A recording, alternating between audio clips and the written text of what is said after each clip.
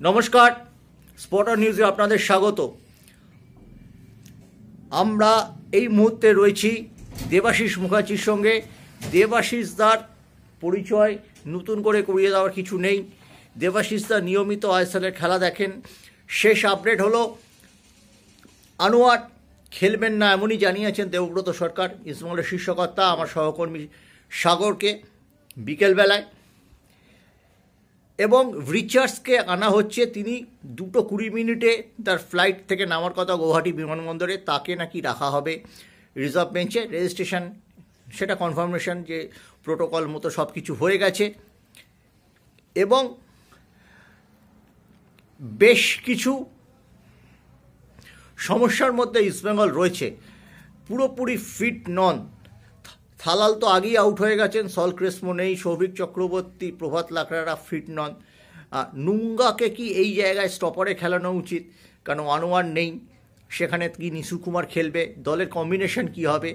এবং মোহনবাগান আশিক কুরিয়ান নেই, অনিরুদ্ধ থাপা নেই, কিন্তু মোহনবাগানের রিজার্ভ বেঞ্চ এতই ভালো, নতুন করে সেই কথা বলছি না, আমরা একদম দেবাশিসদার মুখ থেকে শুনতে চাইছি।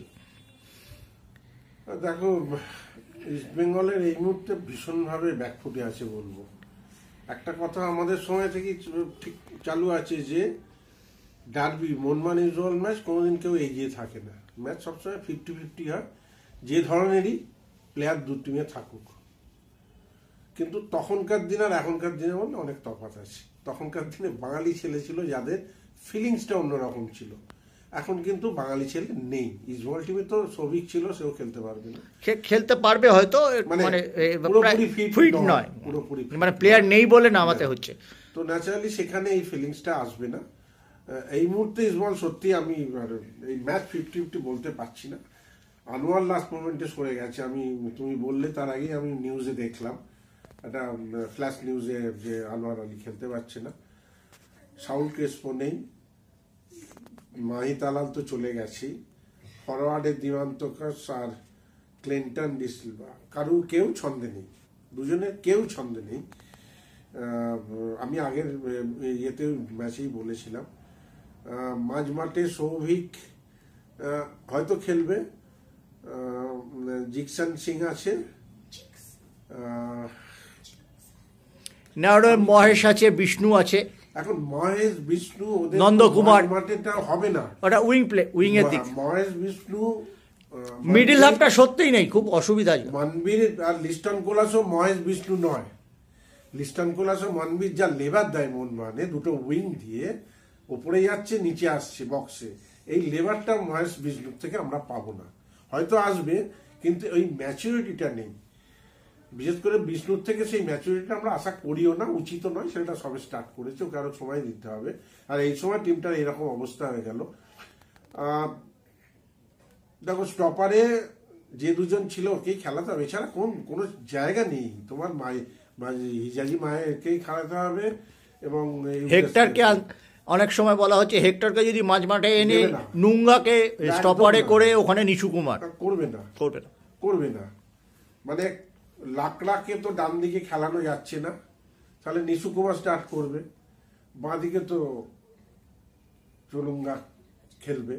চুরুঙ্গাকে মধ্যিখানে এনে, চুরুঙ্গা প্রথম দিকে একটু ফাম্বল করেছিল, এবারে নুঙ্গা লাল্লেম নুঙ্গা তো ওই ফাম্বল করেছিল বলে ও কয়েকটা ম্যাচ ও বসেছিল, তারপর মধ্যিখানে ইনজুরিও হয়েছিল। স্টপার কিন্তু আর ডিফেন্স কিন্তু যা লাস্ট ম্যাচে ছিল, আর লাস্ট ম্যাচে আনোয়ার মাঝ মাঠে খেলেছিল, আর হিজাজি মায়ের আর ইউটেসের মধ্যিখানে ওদের দুজনই খেলে, পরে আনোয়ারকে সেকেন্ড হাফে নিয়ে যায়, আনোয়ারকে নিচে এনে ভেক্টরকে তুলে দেওয়া হয়েছিল। দেখো, সিচুয়েশন অনুযায়ী ম্যাচ হবে, তবে এক্সপেরিমেন্ট করার বা ম্যাচ দেখে এগোনোর মতো অবস্থা এই মুহূর্তে ইস্টবেঙ্গলের নেই। কেন, হাতে প্লেয়ারও নেই যে চেঞ্জ করে কাকে খেলাবে। ওই নন্দকুমার, মহেশ, তোমার বিষ্ণু সামনের দিকে নেই, কিন্তু গোলটা কে করবে? গোল করার লোক কোথায়? ডেভিড তো পরে নেমে, ডেভিড পরে নামবে, কিন্তু ডেভিড ওই পরে নেমে একটা, মানে ডেভিড ম্যাচ উইনার প্লেয়ার নয়, বা অপোনেন্টকে প্রেসারে ফেলার মতো এই টিমেতে ডেভিড নয়, যে টিমটা পুরো মানে সেট আপ টিম, একটা মাঝমাঠ দারুণ, মাঝমাঠ থেকে বল যাচ্ছে, সেখানে ডেভিডের একটুখানি হলেও হতে পারে। এখানে দেখো আগের দিন গোল করেছে ঠিক কথা, কিন্তু ডেভিড দিয়ে হবে না, ওই সাবস্টিটিউট হিসেবে পরের দিকে নামবে, ডেভিড দিয়ে হবে না। একে সম্পূর্ণ আমি বলবো কালকে ম্যাচের কালকের দিনটা ওরা কিভাবে প্লেয়ারগুলো মাঠে, মানে একটা তো ঘটনা, এরা প্রত্যেকে প্রফেশনাল প্লেয়ার, প্রত্যেকে এই সার্কিটে আছে, খেলছে, এদের কোয়ালিটি আছে। ন্যাচারালি হয়তো 19-20 কি 15-20 হবে, কিন্তু এই 15-20টা কিন্তু অনেক ডিফারেন্স হয়ে যাচ্ছে, যেটা মোহনবাগানের ক্ষেত্রে মানে সব প্লেয়ারদের মধ্যে 19-20 ডিফারেন্স, মানে 20টা প্লেয়ারের মধ্যে 19-20 ডিফারেন্স, যাকে যখন খুশি নামানো যায় মোহনবাগানে। সেখানে ইস্টবেঙ্গলে এই জায়গাটা নেই,